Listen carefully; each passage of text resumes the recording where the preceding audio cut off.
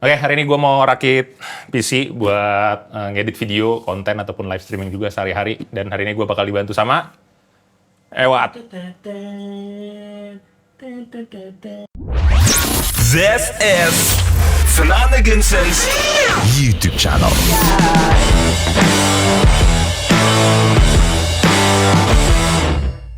Pertama ini ada motherboard dari Gigabyte Aero X3D Wood gitu, X870E. Kalau lu pengen nyari buat AMD, biasanya tulisannya X570, X870, B550. Kalau buat Intel, Kalau Intel Z. kalau Intel Z apa? Tulisannya seri X. Jadi intinya lu tergantung lu pakai apa nanti, apakah pakai AMD atau Intel. Kenapa gue pakai AMD? Ya upgradability-nya dia suka ngeluarin chip yang lumayan banyak buat motherboard, itu aja sih. Nah ini Aero X3D, kenapa gue pilih ini? Karena konsepnya coklat-coklat kayu gitu, bersih, nggak terlalu gaming-gaming sih. Udah itu aja. Ya, kita mau ke SSD dulu pakai Crucial T705 2 TB. Ya, jangan lupa dicopot thermal pad-nya buat ke si SSD-nya. Ini SSD-nya masuknya miring kan, Pak? Miring dong, itu ada arahnya kok. Ada arahnya nih, sini nih. Oh, udah. Dah. Tinggal tek di tekan. Nggak bisa, dia masih baru. Oh, gini.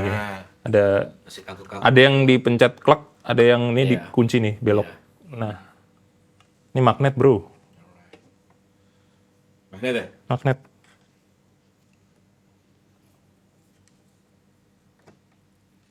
Satu lagi dah. Nah, ini tuh ada satu lagi, biasanya dalamnya ada SSD lagi nanti di sini.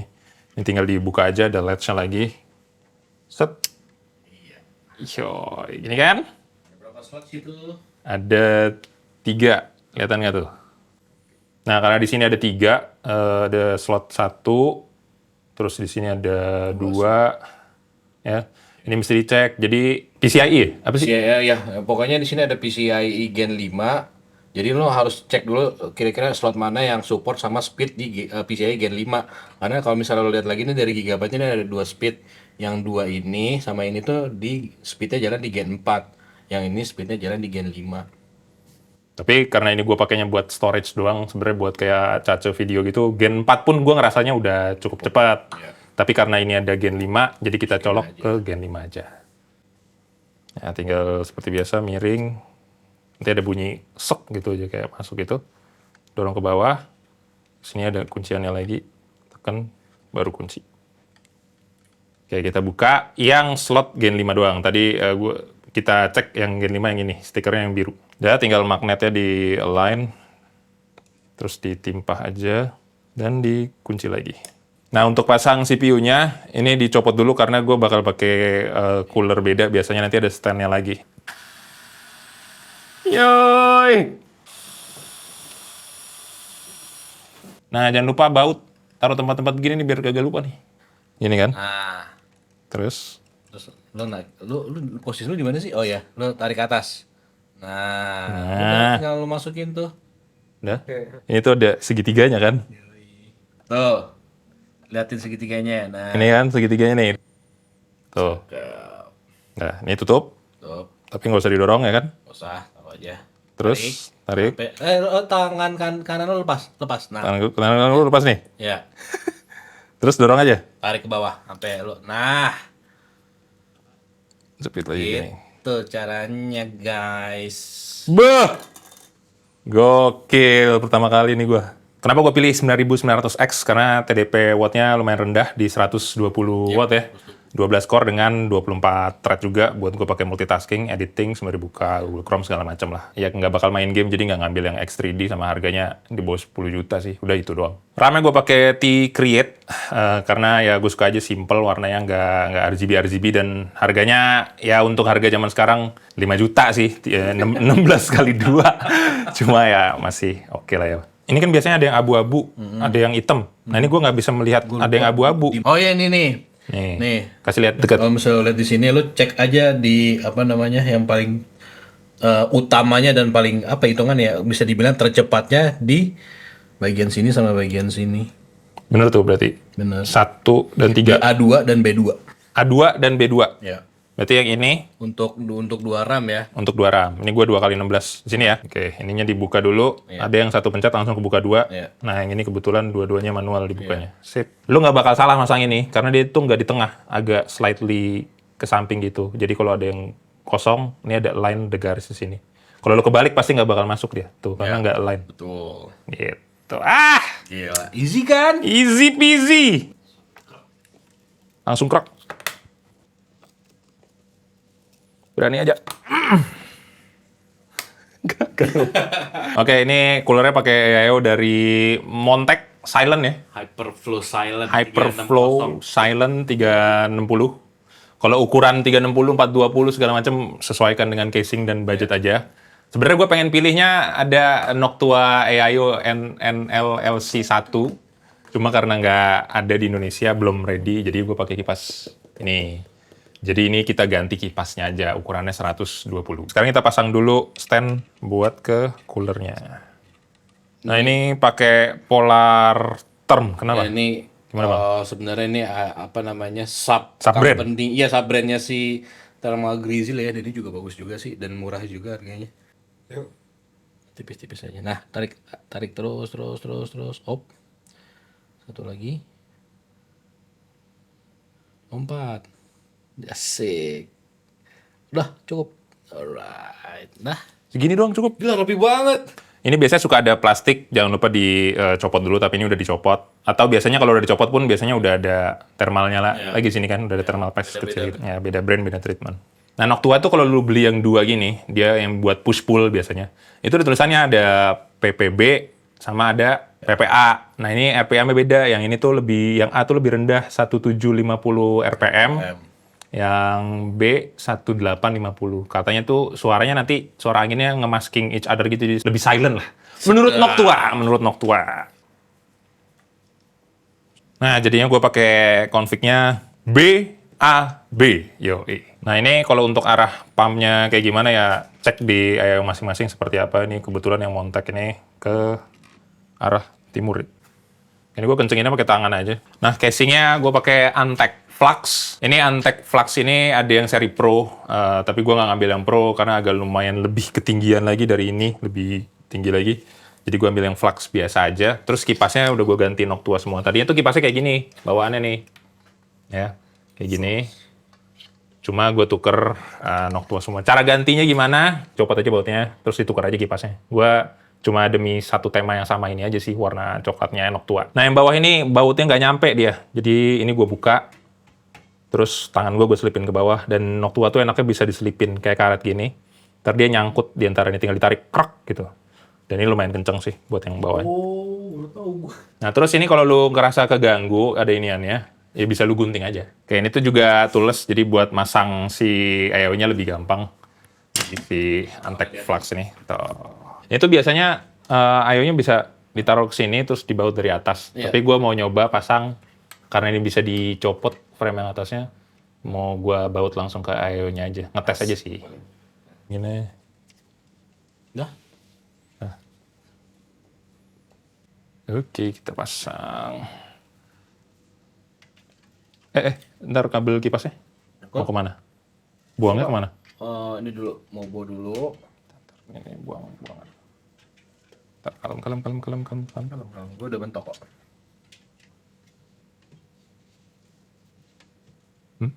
Nah, ini kalau ada kerasa mentok di depannya sini, ini masih bisa digeser, tinggal dikendorin aja. Terus the whole radiator sama kipasnya bisa digeser agak ke belakang ataupun agak ke depan sedikit. Nah, ini ada baut buat di motherboard, ada sekitar 9. Jadi sini ada 1, 2, 3, terus ada 4, 5, terus 6, 7, 8, 9. Jadi ini ada colokan per I/O portnya ya. Di sini ada USB Type-C, ini ada SD audio, ini USB 3.0 dan ini powernya nih untuk reset dan tombol power. Ini kabelnya langsung dari casing nih kalau ini ya. Nah, jadi kabel-kabel yang di front panel itu kayak USB, jack 3,5, Type-C yang di depan ini connect lewat kabel ini kalian perlu colok ke motherboard. Nah, enaknya casing ini bisa dibuka. Jadi kalau mau ngakses kabel yang tadi kita bilang, Itu bisa lewat bawahnya langsung gini. Ya lewatnya sini sih, cuma tangannya bisa masuk gitu loh. Nah ini kabel USB ditaruhnya di belakang tuh di situ. Nah ini patokannya mesti lihat ya. Ada bagian tuh karena ada kayak lubang semua. Nah itu ada yang nggak ada lubangnya. Itu tinggal di align aja ke bagian bawahnya. Nah, tidak ada kliknya ya. Oke. Powernya dia di motherboard ini ada atas bawah ya. Yang atas power, yang bawah reset. Tadi audio, ini USB-C. Ini buat kabel USB 3, tinggal di align aja. Ini ada kayak notch-nya gitu. Nah, fans pump, jangan lupa dicolok pumpnya ya, Bray. Kalau nggak kipasnya nyala. Tapi itunya kagak. Terus lagi? Dan ke GPU-nya gue pakai 5070 Ti dari Asus ProArt, biar warnanya simple-simple hitam coklat gitu juga. Kenapa gue pilih ProArt? Karena ya warnanya ya hitam coklat gini bagus, simple. Terus 5070 Ti itu kalau di overclock dikit-dikit masih bisa agak nyentuh performance-nya 50-80 lah. Nah di sini ada button performance mode sama quiet mode. Kalau performance ya mungkin kipasnya jadi lebih kenceng, kalau quiet ya agak lebih slow tapi clocking-nya jadi lebih naik. Di sini ada kayak LEDs gitu buat ke GPU-nya masuk ke sini. Tapi kadang ada yang di sini, ada yang di mana lah. Cek aja ya di manualnya. Kalau di gua di sini dibuka, nanti tinggal dimasukin. Ini jangan lupa dicopot dulu pakai baut. Tergantung GPU-nya berapa, ada yang bukanya mesti 2, ada yang mesti 3. Ini kayaknya 2, tapi gua mau coba buka 3 aja biar agak lebih los. Nah ini jangan lupa dicopot. Kalau enggak, nggak bisa dicolok ke motherboard. Nah, oke. Level lo berarti yang bermasalah. Gini ya. Lo. Nah, ini sampingnya aman nih. Nice. Nah ini ada kayak buat ngeganjelnya biar dia nggak sagging ke bawah gini. Tapi jangan terlalu ditekan ke atas, karena nanti juga jadi apa ya? Yang di ujungnya sini jadi kayak kaku atau ngerusak gitu. Jadi ya sewajarnya aja tinggiinnya. Kadang beberapa PC case juga udah ada yang ada ganjelannya sih, cuma yang di sini nggak ada. Jadi gue pakai bawaan ProArt-nya aja, Asus ini aja. Untuk PSU-nya gue pakai Power Zone 2 dari Be Quiet. Kenapa pakai Be Quiet? Karena ya quiet. Yang diperhitungkan tuh kalau PSU mikirin TDP-nya CPU sama GPU. TDP-nya semuanya sih, graphic card, CPU, coolernya CPU, Oke. sama kemampuan buat kalau misalnya mau overclock kan. Ini kabel buat motherboard, buat power motherboard ya. Nah, ini kabel buat the whole power, yang ini buat motherboard, yang ini buat PSU nyolok ke situ. Ini kabel buat si CPU dan ini kabel buat GPU. Cuma kalau dari Be Quiet tuh bentuknya L kayak gini. Dan udah buat tes sih masuk sih. Ini yang 600 watt, ini buat GPU. Langsung colok aja. Ini buat ke motherboard. Seperti ini.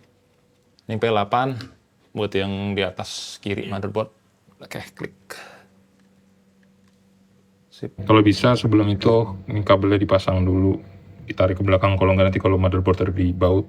Ini bakal susah banget pasangnya. Ini kabel ke GPU-nya. Klik. Ini sengaja masih di luar, kita buat tes nyala dulu aja.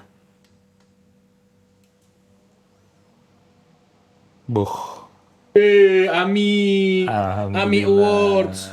BIOS-nya udah kayu, bro. Tuh, kayu, lihat.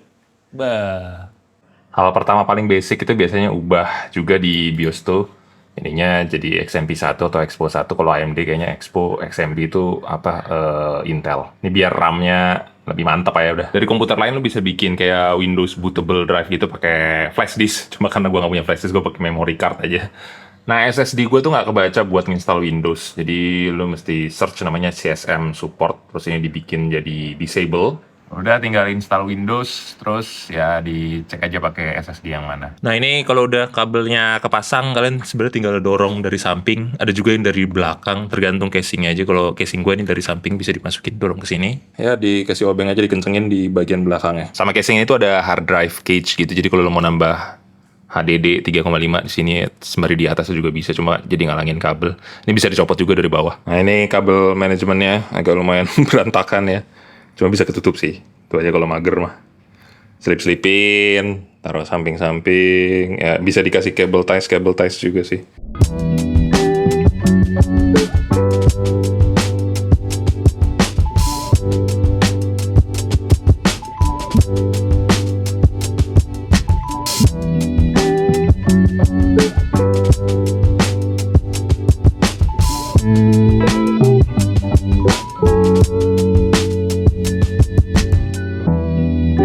monitor gue pakai Dell 4K U2725QE 120 Hz. Peripheral gue pakai Asus ProArt KD300 dan mouse-nya MD301. Dan gue overclock sedikit aja sih, ini di accept aja. Terus lu ke bagian Precision Boost Overdrive, ini memang bawaan AMD bisa begini. Ini settingan gue seperti ini, setelah ngobrol-ngobrol sama Gemini, lu bisa screenshot bagian ini, kemudian ke bagian Curve Optimizer, lu bisa set seperti ini, tes, biasanya nih bisa tes dulu 15, juga 20 dulu, ya ngobrol sama Gemini aja, terus lu tes pakai Cinebench nanti. Bench R23, Cinebench R23 gue dapet di 34.000 ya. Ini setelah di overclock, undervolt segala macam tadi. Biasanya tuh dapetnya cuma di 30.000 apa 32.000 tadi gue lupa. Bisa ke 35.000, cuma karena gue cap suhunya di 80 derajat, enggak ke 95 derajat, biar lebih adem aja sih dikit. Kalau ini settingan MSI Afterburner buat GPU gue, kurang lebih seperti ini, di 1050 volt 1050 at 3200-an lah ya MHz-nya itu. Benchmark 3D Mark Steel Nomad itu tadinya dapat 6700-an, sekarang jadi 7475 after ya MSI Afterburner itu. Pokoknya tonton Alpha Jonathan, bro. Oke, sudah jadi, sudah bisa dipakai buat ngedit, tapi sementara masih di dapur kontrakan, nanti gue rapihin lagi lah. Jangan lupa like, comment, subscribe, dan share video ini yang butuh tahu informasi seputar rakit PC di tahun 2026 yang harganya juga udah nggak masuk akal. I'll see you in the next video. Bye-bye.